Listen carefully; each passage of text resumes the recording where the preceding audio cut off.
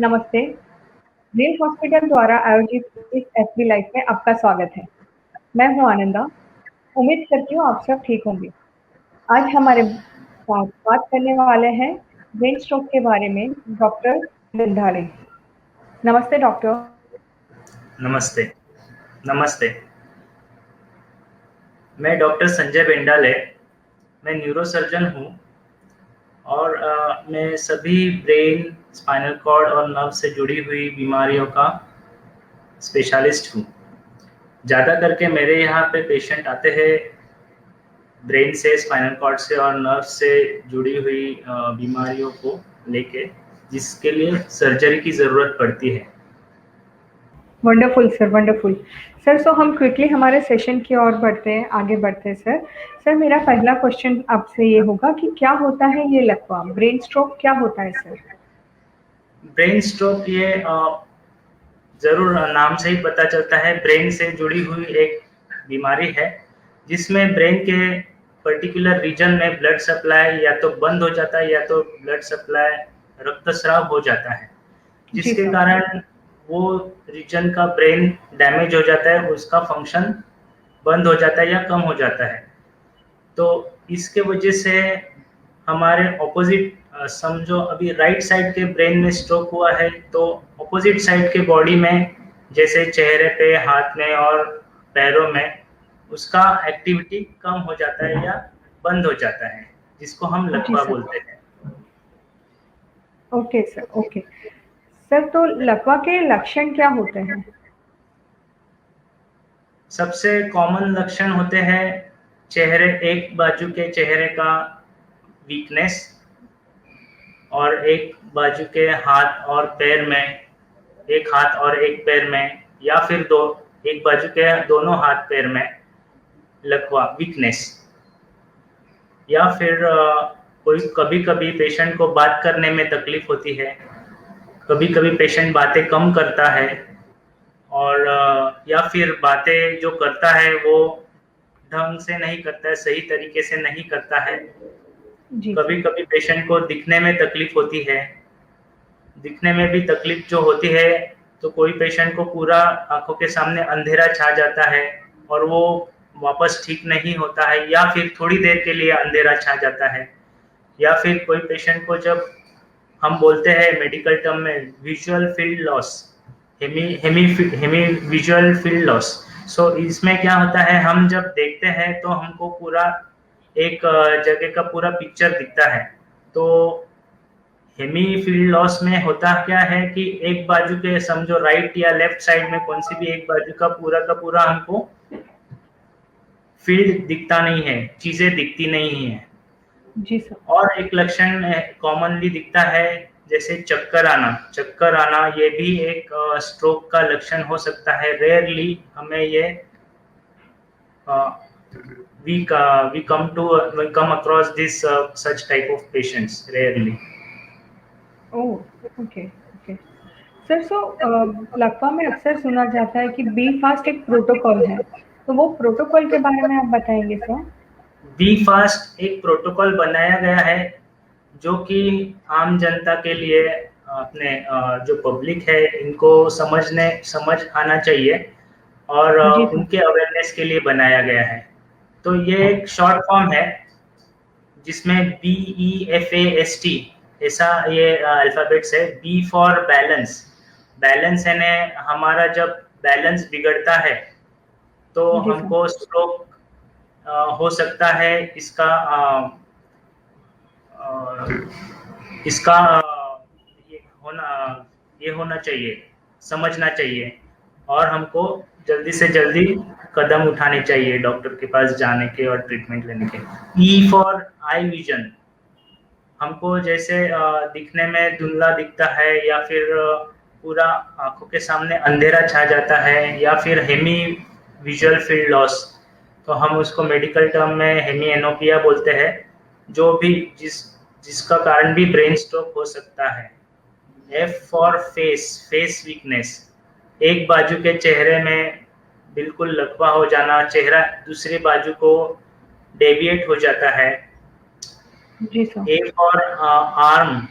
हाथ में कमजोरी आना, हाथ में जो पहले जैसे हम काम कर सकते हैं, पहले सब कुछ काम कर सकते हैं, वो काम पहले जैसे नहीं होना, इसका ये ए फॉर आर्म वीकनेस में होता है। और ऐसा ही वीकनेस लेग्स में भी हो सकता है। चलने में दिक्कत होना, पैर उठा नहीं पाना। S for speech disturbance, speech के लिए एस दिया गया है, जिसमें पेशेंट एक तो बातें कम करते हैं, या फिर अगर बातें करते हैं तो सही ढंग से नहीं करते हैं। हम जो प्रश्न पूछते हैं उनको वो उसके गलत तरीके से आंसर्स देते हैं, उत्तर देते हैं। तो ये स्पीच डिस्टरबेंस के लिए एस लिखा है। और टी फॉर टाइम, टाइम यानी ये टाइम है कि जल्दी से जल्दी डॉक्टर जो भी सही विशेषज्ञ है उनको फोन लगा के बुला लिया जाए, या फिर उनके पास उनको फोन करके उनका सलाह ली जाए। तो ये एक आम जनता के लिए प्रोटोकॉल बनाया गया है, जिससे आम जनता अवेयर रहे कि ये बी फास्ट शॉर्ट फॉर्म में लिखा है, तो इसके सारे लक्षण उनको जल्दी से जल्दी सूझने चाहिए और जल्दी से जल्दी ट्रीटमेंट लेने के लिए डॉक्टर्स के पास जाना चाहिए। इसीलिए ये बी फास्ट प्रोटोकॉल चुना गया है, जिसका फायदा ये है कि पेशेंट जल्दी से जल्दी आते हैं डॉक्टर के पास और हम जल्दी से जल्दी उनको सही ट्रीटमेंट देते हैं with in golden period. Golden period एक रहता है जो कि स्ट्रोक के लक्षण दिखने के बाद 3.5 से 4.5 घंटे तक रहता है। तो इसके दौरान, इसके अंदर हमने अगर उनको ट्रीटमेंट दी तो इनका लकवा पूरी तरीके से ठीक हो सकता है, अच्छा हो सकता है। जी जी जी, बहुत सही इंफॉर्मेशन दिया सर आपने। सर आगे का एक सवाल ऐसा है कि लकवा कितने प्रकार का होता है सर? लकवा के 2 प्रकार होते हैं। एक प्रकार है जो कि सबसे कॉमन है, वो खून बंद होने, एक ब्रेन के एक पर्टिकुलर रीजन में खून बंद होने के कारण होता है, यानी वहाँ पे ब्लड सप्लाई बंद हो जाता है या कम हो जाता है। इसकी वजह से ब्रेन का वो रीजन का फंक्शन कम हो जाता है या बंद हो जाता है। ये कारण है खून ब्लड सप्लाई बंद होने का। दूसरा है ब्लीडिंग होने का। तो जहाँ पे खून बंद होते हैं वही रीजन में या अदर दूसरे कहीं पे रीजन में रक्तस्राव हो जाता है और खून का बड़ा धब्बा हो जाता है, उसकी वजह से भी लकवा होता है। तो हम उसके मेडिकल टर्म में खून बंद होने के लिए हम उसको इस्केमिक स्ट्रोक बोलते हैं, और जो रक्तस्राव होने की वजह से लकवा होता है उसको हम हिमोरेजिक स्ट्रोक बोलते हैं।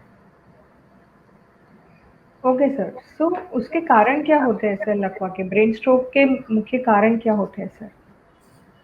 अभी इसके कई सारे कारण हैं। सबसे कॉमन कारण है diabetes, high blood pressure, high cholesterol level, high lipid levels, smoking, alcohol, drinking alcohol और मोटापन। ये इसके बहुत ही कॉमन कारण रहते हैं। Okay okay sir, brain stroke का परीक्षण कैसे किया जाता है? सबसे पहला परीक्षण, जब पेशेंट ऐसे आते हैं तो हम सबसे पहले सीटी स्कैन करते हैं, क्योंकि सीटी स्कैन काफ़ी जगह पे अवेलेबल होता है, लेकिन सबसे जो सटीक उसका इन्वेस्टिगेशन ऑफ चॉइस है वो है एमआरआई। क्योंकि एमआरआई सभी जगह पे अवेलेबल नहीं होता है तो हमको सीटी स्कैन करते हैं। लेकिन कई बार ऐसा होता है कि हमको ऐसा लगता है पेशेंट को देख के इनको बहुत ही गुंजाइश है कि इनको ब्रेन स्ट्रोक है, लेकिन सीटी स्कैन में कई बार दिखता नहीं है स्ट्रोक। तो ये जो स्ट्रोक रहते हैं जिसमें सीटी स्कैन नॉर्मल आते हैं, उनको अगर हम एमआरआई करेंगे तो एमआरआई में स्ट्रोक दिखता ही है, जरूर दिखता है। इसीलिए MRI is the investigation of choice. But लेकिन फिर भी अगर सीटी स्कैन भी अवेलेबल होता है तो उसमें भी कई सारे स्ट्रोक्स हमको दिख जाते हैं, इस्केमिक स्ट्रोक्स। लेकिन जो हीमोरेजिक स्ट्रोक्स रहते हैं वो तो हमको सीटी स्कैन में दिख ही जाते हैं। True sir, true. Sir, so लकवा कभी ठीक हो सकता है और अगर होता है तो कैसे होता है सर? लकवा पेशेंट को अगर इस्केमिक स्ट्रोक है, जैसे खून बंद होने के वजह से स्ट्रोक हुआ है और वो हमारे पास 3.5 या 4 घंटे के अंदर अंदर आए हैं, तो हम उनको थ्रोम्बोलाइटिक थेरेपी देते हैं, जिसमें खून बंद होने का कारण जो रहता है, एक थ्रोम्बस रहता है जो ब्लड वेसल्स को ब्लॉक कर देता है। तो हमको वो थ्रोम्बस को लाइसिस करते हैं इंजेक्शन देके। लेकिन ये इंजेक्शन सिर्फ 4 घंटे के अंदर अगर पेशेंट हमारे पास आते हैं तो ही दे सकते हैं, या इसके बाद अगर आते हैं तो इसका इफेक्ट इतना नहीं देखा जाता है जितना 4 घंटे के अंदर देखा जाता है। तो ये एक ट्रीटमेंट है जिसमें हम लकवा ठीक कर सकते हैं अगर पेशेंट टाइम पे आ गए, गोल्डन आवर्स में आ गए तो। दूसरा है, अगर ब्लड प्रेशर बढ़ने के वजह से या फिर किसी अदर कौन से भी दूसरे कारण से, जिसके वजह से ब्रेन में खून बहाव हो गया है और खून का धब्बा हो गया है, तो हमको वो भी हम इलाज करते हैं। लेकिन इसमें पेशेंट का पूरी तरीके से ठीक होने का चांसेस कम रहता है अगर पेशेंट जल्दी भी आ गया तो भी, क्योंकि जब भी ब्रेन को में खून का डब्बा हो जाता है तो वहाँ का जो ब्रेन है वो 100% डैमेज हो ही जाता है। सिर्फ हमको बचाना रहता है, तो आजू बाजू का ब्रेन बचाना रहता है। तो इस ब्रेन डैमेज की वजह से उनका लकवा बढ़ने से हम रोक सकते हैं। और तीसरी बात है, जो भी पेशेंट है, जो पैरालिसिस के पेशेंट है, जो बाद में आते हैं, बहुत देरी से आते हैं, उनका मेन ट्रीटमेंट जो है ठीक होने का वो है फिजियोथेरेपी। जितनी ज़्यादा वो फिजियोथेरेपी करेंगे, एक्सरसाइज करेंगे, उतना जल्दी जल्दी स्ट्रोक उनका वीकनेस कम हो जाएगा। Okay sir. सर, आगे का सवाल है, ब्रेन स्ट्रोक से बचाव कैसे कर सकते हैं सर हम? हमको हमारी लाइफस्टाइल में चेंज करना चाहिए, जैसे कि अल्कोहलिज्म, स्मोकिंग, ये आदतें हमको बंद करनी चाहिए। हमको हमारे जो पहले की बीमारियां हैं, डायबिटीज, ब्लड प्रेशर, इनकी दवाइयां हमको रेगुलरली लेनी चाहिए। कई बार ऐसा देखा जाता है कि पेशेंट अपने हिसाब से डायबिटीज की और बीपी की गोलियां लेते हैं। उनको ऐसा लगता है सांस फूल रही है तो वो गोलियां लेंगे, बाकी का टाइम अच्छे लगता है उनको तो वो गोलियां बंद कर देंगे। लेकिन इससे ब्लड प्रेशर बढ़ता है, उनको महसूस नहीं होता है, लेकिन ब्लड प्रेशर बढ़ा हुआ रहता है, जिसके कारण स्ट्रोक होने के चांसेस बढ़ जाते हैं। तो इसकी दवाइयाँ हमको रेगुलरली लेनी चाहिए। हमको आहार में हेल्दी डाइट जो हम बोलते हैं उसको फॉलो करना चाहिए, जिसमें हम ज़्यादा चीज़ बटर का उपयोग ना करें, ज़्यादा घी जिसमें सैचुरेटेड फैट्स ज़्यादा रहते हैं वो उसका खाने में कम उपयोग करें, नॉन वेजिटेरियन खाना भी कम खाएं। और सबसे महत्वपूर्ण बात है कि हमको हमारा कसरत रोज करनी चाहिए, एक्सरसाइज रोज करनी चाहिए, जिससे हमारा कार्डियो रेस्पिरेटरी सिस्टम और नर्वस सिस्टम हेल्दी रहता है। Okay, yes. so sir, we are done with our questions. May I please have user-generated questions? Sir, so Janvi Singh पूछ रहे हैं, स्ट्रोक और हार्ट अटैक की संबंधित है? स्ट्रोक अगर सीवियर होता है, दोनों हर एक से संबंधित है। स्ट्रोक के वजह से भी हार्ट अटैक हो सकता है, हार्ट अटैक की वजह से भी स्ट्रोक हो सकता है। तो स्ट्रोक अगर हम उसको बोलते हैं brain stem stroke. Brain stem stroke ये बहुत ही सीवियर किस्म का स्ट्रोक है, जिसमें ज़्यादा करके पेशेंट की मृत्यु ही होती है, या फिर पेशेंट पूरी तरीके से ठीक नहीं होते हैं। तो इस पेशेंट्स में, या फिर ठीक होते हैं भी है तो उनको कुछ ना कुछ तो भी तकलीफें रहती है। तो इस तरीके से के स्ट्रोक में ज़्यादा करके हार्ट अटैक होने के चांसेस रहते हैं, क्योंकि ब्रेन स्टेम में अपना हार्ट सेंटर रहता है, जिससे हार्ट का फंक्शन रेगुलर रहता है। तो अगर उसको ही स्ट्रोक हो गया तो हार्ट अटैक के चांसेस बढ़ जाते हैं। दूसरा है, हार्ट अटैक के बाद में भी स्ट्रोक होने के चांसेस रहते हैं। Okay sir, okay. Harsh Bhavsar पूछ रहे हैं, क्या ब्रेन स्ट्रोक किसी भी उम्र में हो सकता है? ब्रेन स्ट्रोक अभी तो फिलहाल ये जनरेशन में ब्रेन स्ट्रोक हमको बच्चों में भी दिखता है, बड़े बच्चों में, लेकिन ज़्यादा करके ये 50 टू 70 या 80 ईयर्स के एज ग्रुप में दिखता है। Okay, okay, okay. Next question please.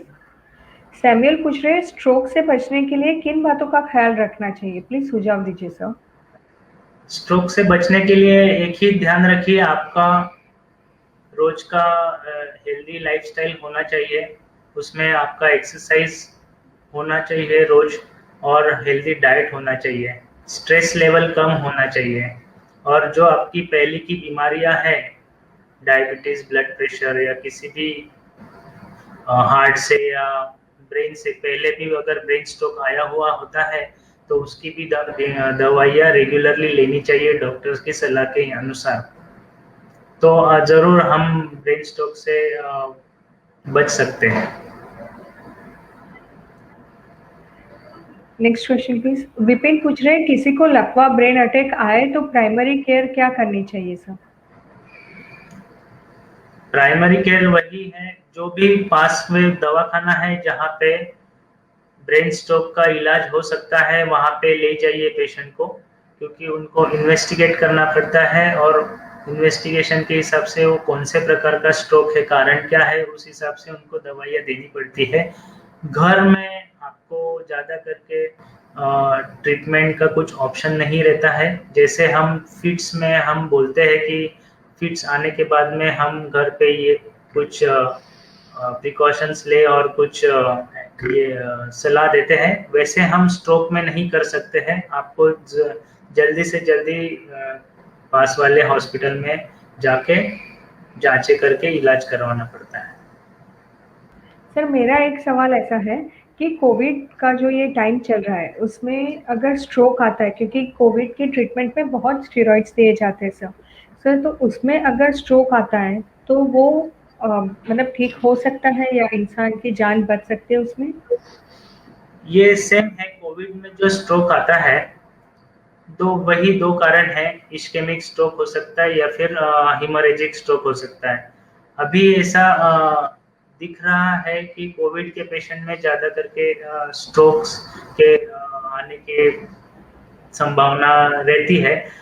ये जी सर। प्राइमरी कोविड के इन्फेक्शन के वजह से भी हो सकता है, जिसके कारण ब्रेन में सूजन और खून की नालियों में सूजन, ब्लड वेसल्स में सूजन आ जाती है, इसकी वजह से स्ट्रोक होता है। कोविड में हम एंटीकोआगुलेंट्स देते हैं, जो खून पतला करने की गोली देते हैं, उससे भी हिमोरेजिक स्ट्रोक हो सकता है। तो ये इसका ट्रीटमेंट फिलहाल तो जो हम primary ischemic stroke, hemorrhagic stroke के ट्रीटमेंट करते हैं वैसे ही करते हैं, क्योंकि ये जी अभी सर। अभी अभी दिखने वाला कंडीशन है, तो उस पे और रिसर्च हो रहे हैं। तो आगे चल के हमको पता चल जाएगा कि इसका और कुछ इलाज होता है कि नहीं। Right sir, right. Right, so sir, we are done with this session, but viewers को मैं एक रिक्वेस्ट करना चाहती हूँ। आपको अगर कोई भी क्वेश्चन है, कोई भी सवाल है, कोई कंसर्न है आपका, तो आप प्लीज़ ये कमेंट सेशन में बताइएगा, हमको पूछिएगा, और हम we are like will surely get back to you. Thank you so much sir, thank you for thank being you with very us much. Sir. Thank you thank you very so much. Much sir, thank thank you, you. नमस्ते। Thank you.